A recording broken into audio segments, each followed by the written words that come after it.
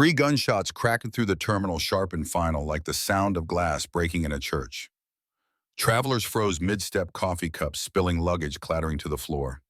And there on the white tile of Gate 17 lay a man in a gray blazer, blood soaking his shoulder, his breath steady but shallow. His name was General Malcolm Pierce, decorated soldier, 2 wars, 30 years of service. Yet in that moment, all the crowd saw was a tall black man collapsing under airport security's bullets. The officer who fired Harvey Denton kept his gun trained, his voice flat into the radio. Suspect down, non-compliant, fired in self-defense. But anyone with eyes could see there'd been no struggle, no threat. Just a coin that had beeped in the scanner and a man trying to explain. From the corner, a junior security agent named Sofia Ramirez trembled. She hadn't moved since the first shot. What no one knew was that Sofia had been recording a habit she picked up after seeing too many incidents brushed under the rug. Her smartwatch caught everything, Pierce raising his hands calmly saying, "I'm complying," before the shots rang out. The man should have stayed down, should have been unconscious, but that wasn't Malcolm Pierce. With blood running down his arm, he leaned back against the wall, eyes locked on Denton, his voice ragged but clear. "Tell them, Iron Sentinel is down." For most travelers, those words meant nothing. But to anyone in the Defense Department, that call sign was lightning. Within minutes, the Pentagon was on the line, flights grounded, cameras blacked out. The officer who had fired was already sweating, trying to rewrite the story in his head, but it was too late. The tape existed, and it was about to rip the country wide open. Lying in the hospital later, General Pierce stared at the ceiling tiles, the beeping of the monitor too steady for how much his mind raced. He thought about Fallujah, about soldiers who never made it back, about his cousin, Jamal, a college kid once detained for 3 hours at this very airport, simply for looking suspicious. Pierce had gone undercover that day with no uniform, no escort, because he wanted to know the truth, what this country does when it doesn't know who you are. And he'd gotten his answer.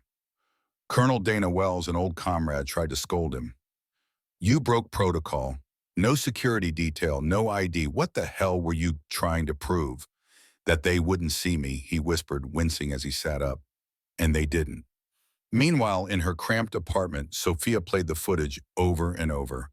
Denton shouting, "Pierce, calm," then 3 shots. Her phone buzzed. It was Marcus Hall, an old college friend now running an underground news site. "I've got something," she told him. The whole thing. She hesitated, then sent the file.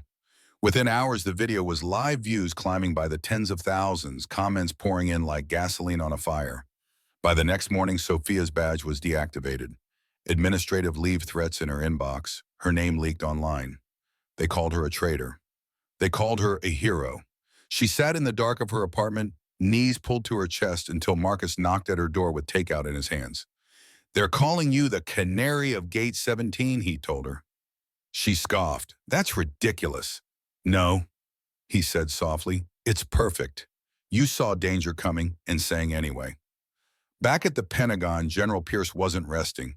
He was already digging, pulling old complaint files, sealed, reprimands, documents, proving that Officer Denton had 14 profiling incidents buried across different airports. Each time the agency just moved him, never disciplined him. Pierce's voice was steady when he told his team, "This isn't about one man, it's about the reflex, the way training turns skin tone into suspicion." Days later, the entire staff of Terminal C was called into a mandatory assembly. They shuffled in, whispering, nervous. And then the doors opened. General Malcolm Pierce walked in, arm still in a sling, no medals, no uniform, just a suit and a gaze sharp enough to cut through the hum of the fluorescent lights. He stood on a small platform, no microphone, and began, "You already know who I am. And if you didn't, before you do now." The screen behind him lit up with Sofia's footage. The silence was unbearable as the room watched Denton bark commands, draw his gun, and fire. Pierce stood tall, patient, unarmed. When the video ended, Pierce let the silence sit heavy before he spoke again. "I didn't come here to sue you. I didn't come to yell. I came here to own the ground you tried to bury me under. This terminal doesn't belong to TSA. It belongs to the people who walk through it. And starting today, it belongs to someone who won't let the truth be ignored." He pulled a document from his coat. "As of 9 o'clock this morning, this terminal is under new management. You answer to me."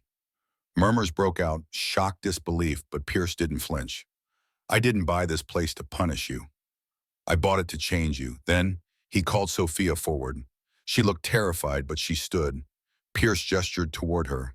This officer recorded the truth. And because of her, millions saw it. Because of her, I'm standing here. Effective immediately, she is reinstated and promoted to Director of Passenger Civil Rights. The room erupted in applause. Real, raw applause. And when it quieted, Pierce's voice hardened. As for Officer Denton, he is no longer employed here. A federal investigation is underway. But this isn't about one man. It's about every time the system made someone invisible. That ends now. A week later, the world held its breath as Denton sat before a Senate Oversight Committee, swore an oath, and began to speak. His voice was cracked, broken. I didn't see a general that day. I saw my fear, and I shot it. Gasps rippled across the chamber.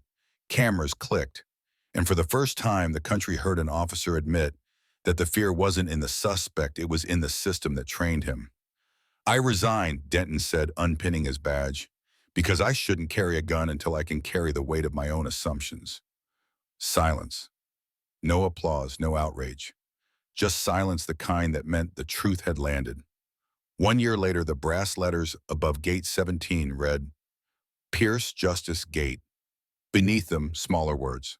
This place will not forget. Travelers paused now when they passed, reading, remembering. General Pierce kept no statues, no book deals. He poured his time into town halls, middle schools, training programs. And in 5 cities, his new system called ClearPath replaced bias screenings with behavior-based analysis. No more pulling kids aside for their names or their skin. Real security, real accountability. One afternoon, Pierce sat near Gate 9, the very spot where his blood once stained the floor.